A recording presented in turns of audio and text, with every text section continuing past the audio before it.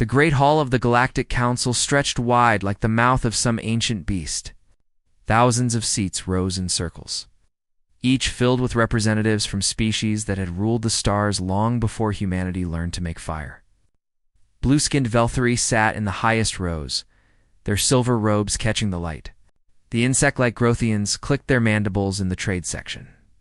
Dozens of other species filled every corner, speaking in languages that sounded like music, like thunder, like breaking glass at the very back.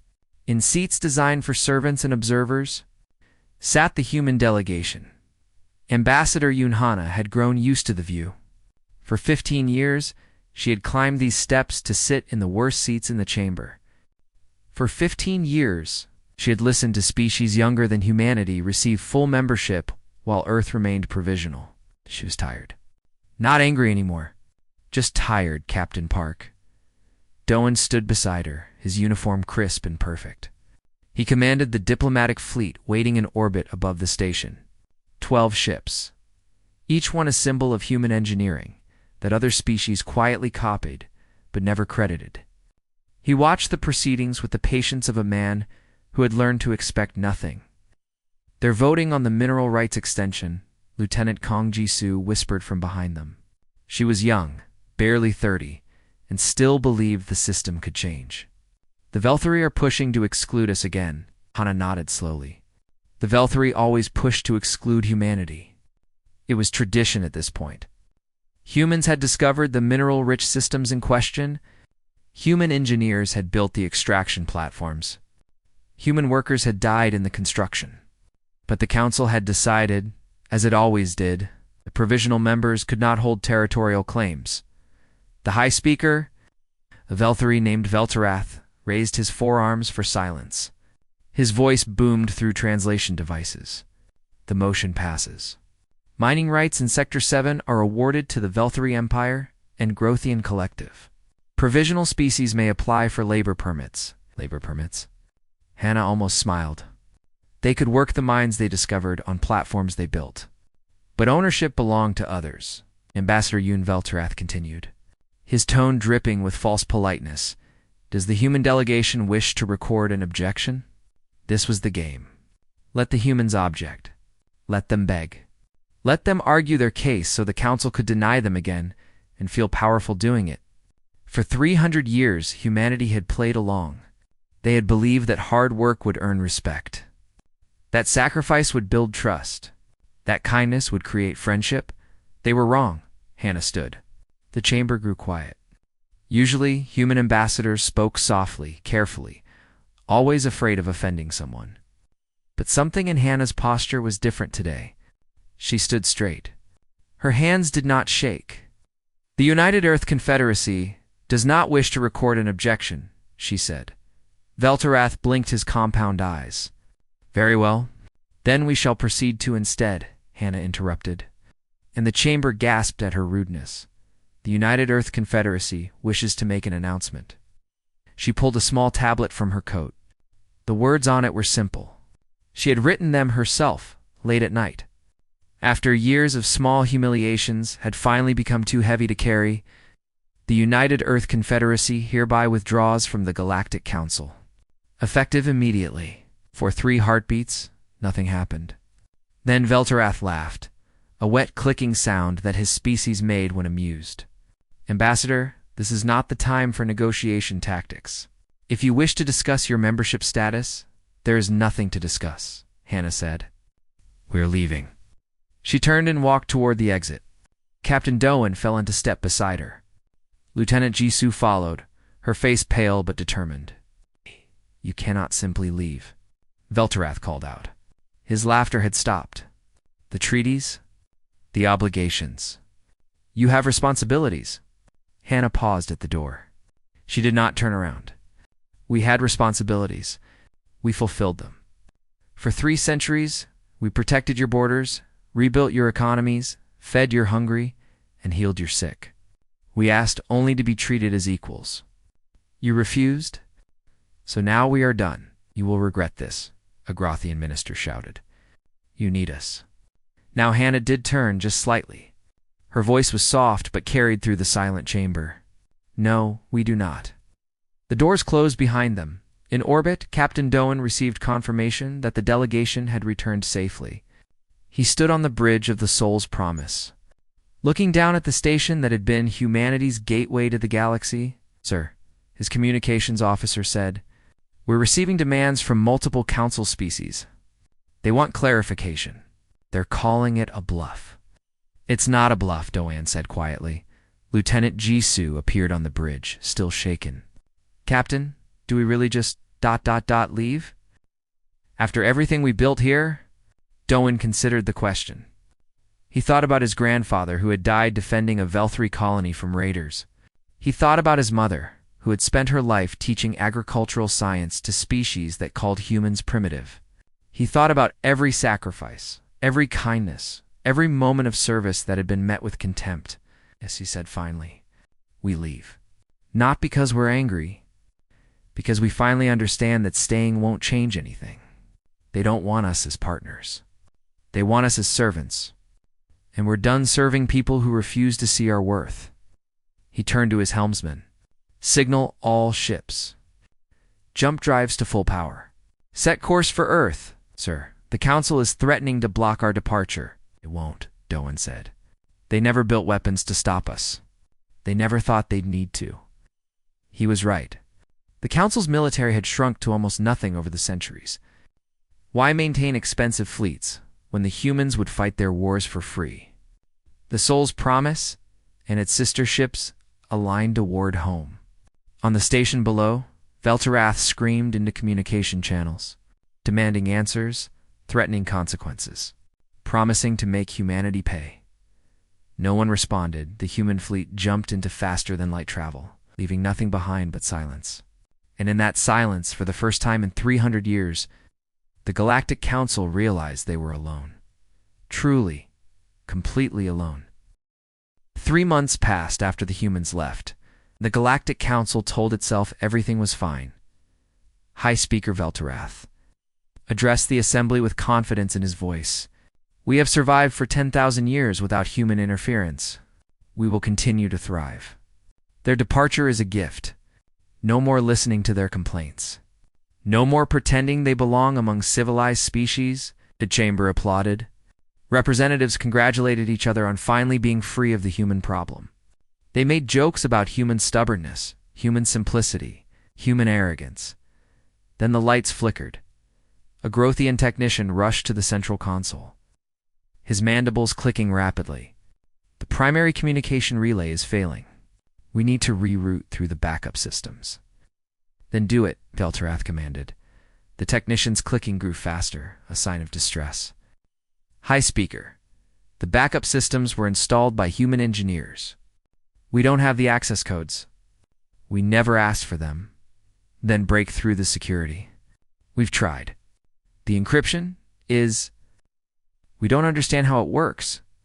The humans never explained it. They just maintained it for us. The lights flickered again and died. Emergency power kicked in, casting the great chamber in dim red light. For the first time since the humans left, the Council began to feel afraid. On a farming world called Velthos Prime, Dr. Ominji's agricultural programs were failing. She had designed them herself 20 years ago to help the Velthri grow crops in their difficult soil. The programs needed regular adjustment based on seasonal changes. Minji had done this work every year, flying from world to world, asking nothing in return except basic courtesy. The Velthri had never bothered to learn how the system worked. Why would they? The human woman always came. She always fixed things. She always smiled and said it was her pleasure to help. Now the crops were dying. Trade. Minister Grokathan of the Grothian Collective stared at reports that grew worse each day. Piracy along the major trade routes had increased by 800%. The human patrol ships that once kept the lanes safe were gone. Grothian merchants refused to travel without protection. Hire mercenaries, Grothan ordered, tried Minister. The mercenary guilds want 10 times the normal price. They know we're desperate, then build our own patrol fleet. His aide looked at him with something like pity. Minister, our last military shipyard closed 40 years ago. We didn't need it. The humans protected us for free. On Earth, Chief Engineer Beek Suho sat in his quiet office and watched the data streams from across the galaxy. He had designed most of the systems that were now failing. Communication relays, power grids, water purification plants, atmospheric processors. Humanity had built the foundation of galactic civilization. Piece by piece, asking only for recognition that never came. A young engineer named Quan Deho knocked on his door. "Sir, we're receiving distress signals from 17 different systems. They're begging for technical support." Suho nodded slowly. "I know. Should we? Should we help them?"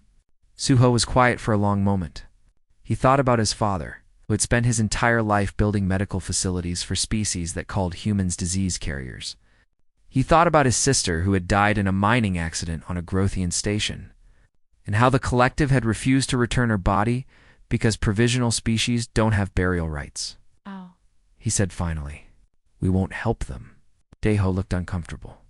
"But sir, people are dying." "People were always dying," Suho replied. "We saved them anyway. We saved them for 300 years. And every time we saved them, they told us we were lucky to be allowed to serve. They took our work and our sacrifice and gave us nothing but contempt." He turned to face the young man. "We're not refusing to help because we want them to suffer. We're refusing because helping never changed anything. They need to understand what they lost. Maybe then, maybe someday, they'll learn to be grateful." The distress signals continued. Earth remained silent. 6 months after the human departure, the Grothian collective held an emergency meeting. Food shortages had become critical. The trade routes were paralyzed. 3 colony worlds had declared independence rather than starve under collective rule. "We must demand the humans' return," a senior minister declared. "They have obligations to us." "We tried," another replied. "They don't answer our communications. Then send a fleet to force them." The room fell silent. Finally, Trade Minister Grokthon spoke the truth no one wanted to hear. "What fleet?" "Our military consists of 12 ceremonial ships that haven't left orbit in 60 years. The humans built warships. Real warships. Hundreds of them. And they know how to use them because they've been fighting our wars since before most of us were born." "Then what do we do?" No one had an answer. On Velthus Prime, the crops continued to die. On Harmony Prime, the communication relays failed one by one. On a dozen worlds, systems that humanity had built and maintained simply stopped working because no one else knew how to fix them. And in the spaces between stars, where human patrol ships once kept watch, darkness gathered. Something old and hungry was waking up. Something the galaxy had almost forgotten about because humans had kept it at bay for so long. The Council didn't know it yet, but the worst was still to come. Dr. Omingi, now retired on Earth, received a message from a Velthari official begging for her help. The crops were gone. Children were starving. "Please," the message said, "please come back. We'll give you anything." Mingi read the message 3 times. Then she deleted it. "You had everything," she whispered to no one. "You just never knew it." The devourer swarms had no name for themselves. They did not need names. They only needed to feed. For 200 years they had stayed quiet in the dark spaces beyond the galactic rim. Not because they were satisfied, not because they had found peace. They stayed quiet because every time they tried to advance, human ships met them at the frontier. Human weapons burned their hive fleets. Human soldiers died by the thousands to push them back. Now the frontier was empty. The first Devourer fleet emerged from dark space on a cold morning in Velthari territory. They found no patrol ships waiting, no defense platforms charging weapons, no warnings flashing across communication networks. There was only silence and soft, unprotected worlds full of food. They began to feed. Admiral Shin Yuna stood on the bridge of the Earth's defense, ship Morning Star, and watched the reports come in. For Velthari colony worlds had gone dark in a single day. Emergency beacons screamed for help across every channel. The Devourer's signature was unmistakable. "They're back." Her executive officer said quietly. "After all this time, they never left," Yuna replied. "We just kept them away." My grandmother died at the Battle of the Rim. My mother lost her arm at the Siege of Dark Harbor. 3 generations of my family gave everything to hold that line." She paused. "The council called it unnecessary frontier activity. They cut our funding every year for decades." "What are your orders, Admiral?" Una closed her eyes for a moment. Part of her wanted to help. That instinct was built into human bones, it seemed.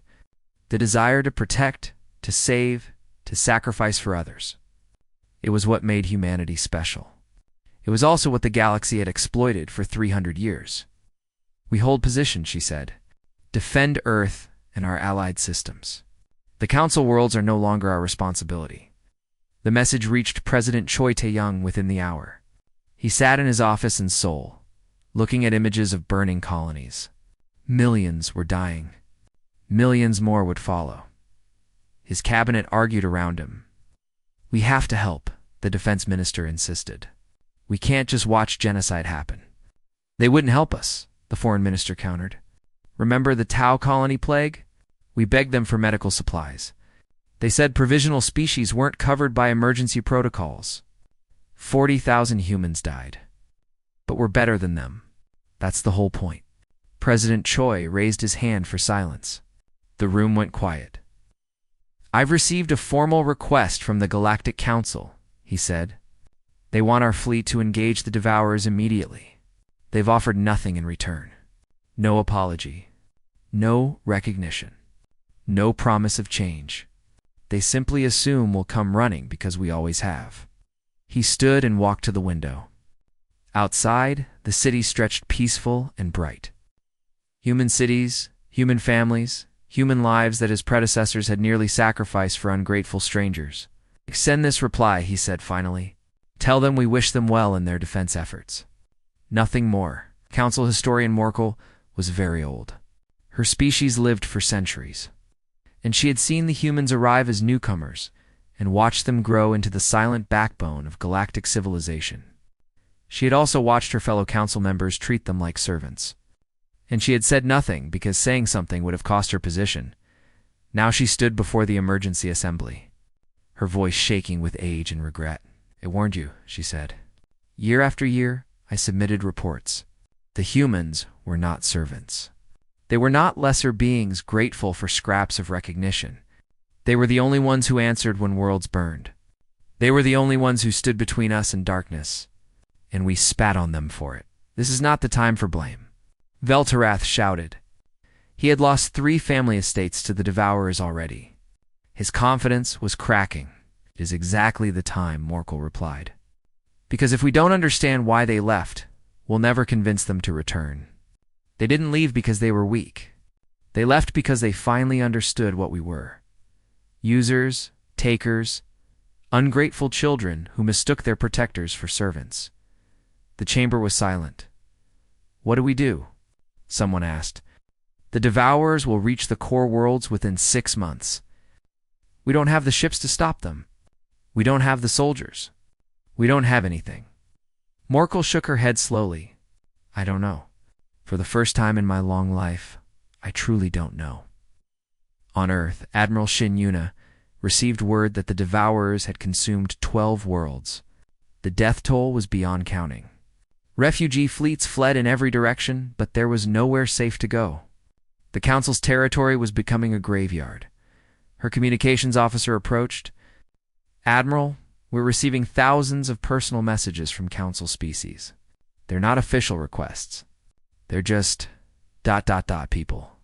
Begging, crying, asking why we won't save them." Yuna felt the weight of those messages like stones on her chest. She was a soldier. She had been trained to protect, to fight, to die if necessary for others. Every instinct screamed at her to launch her fleet and do what humans had always done. But she remembered her grandmother's stories, how the old woman had held the line at the Battle of the Rim while Council ships retreated to safety, how she had received a formal reprimand afterward for unauthorized engagement, because no one had officially asked for human help, how she had died 10 years later, alone in a veterans hospital that the Council refused to fund because humans weren't real members. "Delete the messages," Yuna said quietly, "and make sure our border patrols are ready. When the refugees come, We'll decide then who we can help. But we will not fight their war for them. Not again. Never again. The Devourers continued their advance. The galaxy burned. And humanity, for the first time in 3 centuries, watched from a distance and did not come running. It was not cruelty. It was not revenge. It was simply the end of a very long road, and the quiet acceptance that some lessons can only be learned through suffering. 14 months after humanity withdrew from the Galactic Council, as the galaxy looked like a corpse, the Devourer advance had finally slowed. Not because anyone stopped them, but because even endless hunger must pause to digest. Half the Council's territory lay in ruins. Billions were dead. Billions more wandered the stars in refugee fleets. Searching for any world that would take them, many of those fleets drifted toward human space. Captain Wang Jinho commanded the trade vessel Silver Wind. His official mission was simple: deliver supplies between human colonies and return home. His unofficial mission was more complicated. Captain, we have 300 Velthari refugees requesting permission to dock, his pilot reported. They're running out of air. Jinho looked at the ship on his screen. It was a luxury yacht once, designed for wealthy Velthari to tour the stars in comfort. Now, it was overcrowded, damaged, and dying. 300 people who had probably never worked a day in their lives, who had probably laughed at human servants and considered themselves superior. Open the docking bay, he said. Sir, regulations say we're not supposed to. I know what regulations say. Open the bay. The refugees stumbled aboard in terrible condition. Thin, sick, frightened. Among them was a face Jinho recognized from news broadcasts, Veltarath, former High Speaker of the Galactic Council. The alien who had laughed when humanity announced their withdrawal, the one who had called them simple creatures who had come crawling back. Veltarath did not look proud anymore. He looked broken. Dr. Nam Yunji was an anthropologist who had spent her career studying how civilizations fell. Now she had more material than she ever wanted. She traveled on refugee ships, interviewing survivors, recording the end of an era. She found Veltarath huddled in a cargo hold, sharing a thin blanket with 3 others. His silver robes were torn and dirty. His compound eyes had lost their shine. "May I speak with you?" she asked. He looked up slowly. "You're human, yes. Have you come to mock me? I would understand if you did." "I deserve it." Yonji sat down across from him. "No, I'm here to understand. Why do you think this happened?" Veltarath was silent for a long time. When he spoke, his voice was barely a whisper, "'Cause we were blind. We looked at your species and saw servants.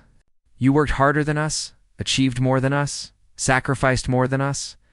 Instead of respecting you for it, we told ourselves your success was natural servitude, that the universe had made you to serve us, and we were right to use you." He made a sound that might have been a laugh or a sob. "We thought we were better because we didn't have to work. We didn't understand that we didn't have to work because you did it for us. Every comfort we enjoyed, every safety we felt, every peace we knew, humans built it. And we thanked you with contempt." Yunji wrote his words down carefully. "Do you regret it?" "Regret?" Veltarath looked at her with hollow eyes. "I regret everything. I regret every vote against human membership. I regret every joke I made about your species. I regret the morning I laughed at your ambassador when she said you were leaving. I thought it was a bluff. I thought you needed us." His voice cracked. "We needed you. We always needed you. We were just too arrogant to see it." On another ship, Captain Wang received a request that surprised him. An elderly Grothian named Murgoth, dying of age and starvation, wanted to speak with any human willing to listen. Jinho went himself.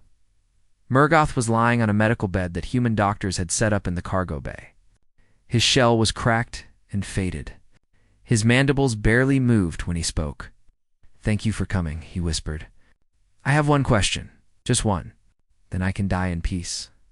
Ask Jinho said, "When you left, did you hate us?"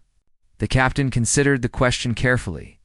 He thought about his mother, who had worked as an engineer on a Grothian station for 20 years. She had saved their colony from a reactor meltdown, working 40 hours straight without sleep. They had given her a certificate of appreciation and then passed a law forbidding humans from holding senior positions. "No," Ginho said finally. "We didn't hate you. We were just tired. Tired of giving everything and receiving contempt. We didn't leave to punish you. We left because we finally realized we deserved better." Murgoth closed his eyes. A strange sound came from his throat, something between clicking and crying. "That is worse," he said. "Hatred we could have fought against. Hatred gives you someone to blame, something to resist. But indifference we earned. You simply stopped caring about us because we proved we didn't deserve your care." He died that night. Still whispering apologies to no one, Dr. Nam Yunji compiled her interviews into a report she titled The Long Mirror. She documented how the galaxy's greatest civilization had collapsed, not because of invasion or disaster, but because they had driven away the ones who held everything together. "The humans did not destroy the Galactic Council," she wrote. "The Council destroyed itself. It took for granted what it should have treasured. It mocked what it should have honored. And when the humans finally understood that their service would never be valued, they simply ... stopped." She sent the report to universities across human space. It became required reading for anyone studying galactic history. On the Silver Wind, Kutan Wong watched the Velthari refugees slowly recover. Some remained bitter, blaming humans for abandoning them. Others, like Veltarath, seemed genuinely changed. They worked alongside the human crew, learning skills they had never needed before. Discovering that labor was not shameful, one evening, Veltarath approached the captain on the bridge. "I know you have no reason to believe me," the former High Speaker said, "but I want you to know that I understand now. What you gave us, what we wasted. If there is ever a chance to rebuild, I will spend whatever life I have left trying to make it right." Ginho looked at the alien who had once been the most powerful being in the galaxy. Now he was just another refugee, homeless and humbled. "Maybe you will," the captain said. "Maybe others will try to. But things will never go back to how they were. We'll never forget how easy it was for you to treat us as less than equal. That memory will live in our bones forever." Veltarath nodded slowly. "I know, and we deserve that too." Outside the viewport, the stars drifted past. Somewhere in that darkness, the Devourers were still feeding. Somewhere, civilizations were still dying. And somewhere, deep in human space, people who had been taken for granted were learning to value themselves. It was a hard lesson. But maybe, just maybe, it was one the galaxy needed to learn. 3 years after humanity withdrew from the Galactic Council, the universe began to breathe again. The Devourer swarms, stretched too thin across too much territory, started turning on themselves. Without enough food to sustain their numbers, hive fleets attacked each other. The great tide of destruction that had consumed half the galaxy finally broke apart into scattered fighting fragments. What remained of the Council was barely recognizable. Of the original 43 member species, only 6 survived in significant numbers. The great halls of Harmony Prime stood empty and dark. The trade routes that once carried wealth across 1,000 systems now carried only ghosts. But in the ruins, something new was growing. Survivor Speaker Telvanni had been a minor diplomat before the fall. She had watched the Devourers consume her homeworld from a refugee ship, unable to do anything but weep. Now she led what was left of the Council not because she wanted power, but because someone had to. She sent a message to Earth, not a demand, not a threat, not an assumption that humans owed anyone anything. Just a simple request. "I would like to speak with you, please." Chancellor Im Soyan read the message in her office overlooking the Pacific Ocean. She was the 4th leader of the United Earth Confederacy since the withdrawal, and the first to receive a council communication that contained the word please. "What do you think?" she asked her advisor. Admiral Shin Yuna stood by the window, watching ships launch from the spaceport below. She had aged in 3 years. They all had. "I think they're desperate. And I think desperation can make people honest, or it can make them lie better." "True, but we won't know unless we listen." Soyan agreed to one meeting. Telvanni arrived alone. On a small ship that looked like it had been rebuilt from salvage. She wore no fine robes, no symbols of authority. She looked like what she was, a survivor, but nothing left to lose and nothing left to prove. They met in a simple conference room. No grand chambers. No elevated seats. No one sitting at the back. "Thank you for seeing me," Telvanni said. "Thank the Admiral," Soyan replied. "She convinced me you deserved a chance." Telvanni looked at Yuna, recognizing the name of a family that had given 3 generations to protecting the galaxy. "Your grandmother was a hero. I've read the real histories now, not the ones we told ourselves." "She was," Yuna said simply. "And she died thinking she was considered less than a servant by the people she protected. So did a lot of humans, I know." Telvanni's voice was steady but soft. "We have learned, slowly, painfully, at the cost of billions of lives. We understand now what we had. We understand what we threw away." She took a deep breath. "I don't ask you to save us again. Those days are over, and they should be. I don't ask you to forgive us, because forgiveness must be earned. I only ask this: is there a path forward? Any path at all? Not back to what we were, that would be wrong. Something new. Something ... equal." Soyan studied her for a long moment. She thought about all the reports she had read. 3 centuries of human sacrifice. 3 centuries of contempt. Generations of her people who had given everything and received nothing. "There might be a path," she said finally, "but it won't look like before. We won't serve at the back of your chambers. We won't sacrifice our children for species that mock their graves. We won't build your systems and watch you take credit. We won't patrol your borders while you cut our funding. If there is a future together, it will be as genuine equals. Full membership. Full voting rights. Full recognition of everything we've contributed. Nothing less." Telvanni bowed her head. "We accept. Whatever terms you set, we accept." "And," Soyan continued, "we will need time. This won't happen overnight. Trust was destroyed, and it takes much longer to rebuild than to break." "I understand, do you? Do you really understand that some humans will never trust you? That there are families who lost everything to council indifference, and they will hate you until they die? Can you accept that?" "Yes," Telvanni met her eyes. "Because we caused that pain. We earned that hatred. If accepting it is the price of moving forward, we will pay it." The meeting ended with nothing signed, nothing promised. Just an understanding that talking might continue. It was a small beginning, but small beginnings were all anyone had left. Young Ambassador Cho Min-seo had watched the meeting from the observation room. Afterward, she found Admiral Yuna on the roof, looking at the stars. "What do you think will happen?" Min-seo asked. Yuna was quiet for a while. "Some of them will genuinely change. Telvanni, I think, is sincere. She's lost too much to lie to herself anymore. Others will resent us.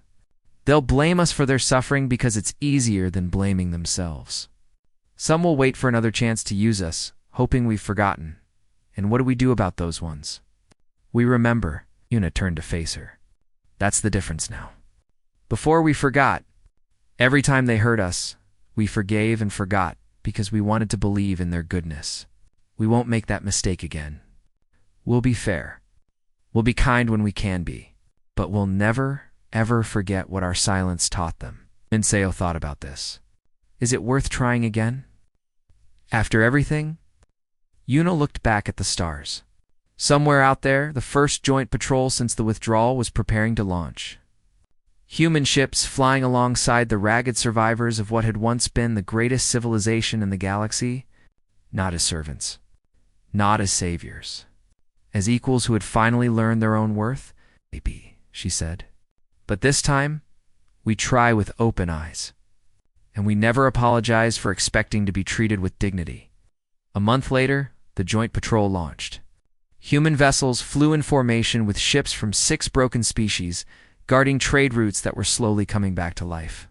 On the bridge of the Morning Star, Admiral Shin Yuna received a message from Telvanni. "Thank you," it said. For giving us a chance we didn't earn? Yuna thought about her grandmother, about her mother, about every human who had died believing their sacrifice meant nothing. They couldn't see this moment. They would never know that things had changed. But maybe, somewhere they knew anyway. She typed her reply, "Earn it. Every day, earn it. That's all we ask." The fleet jumped to faster than light, carrying with it the fragile hope of a new beginning. Not a return to the past, but something different, something harder, something better. The humans had slipped away in silence and left the galaxy to face its own reckoning. Now, slowly, carefully, with eyes wide open, they were coming back. Not to serve. Not to save, just to see if the lesson had truly been learned.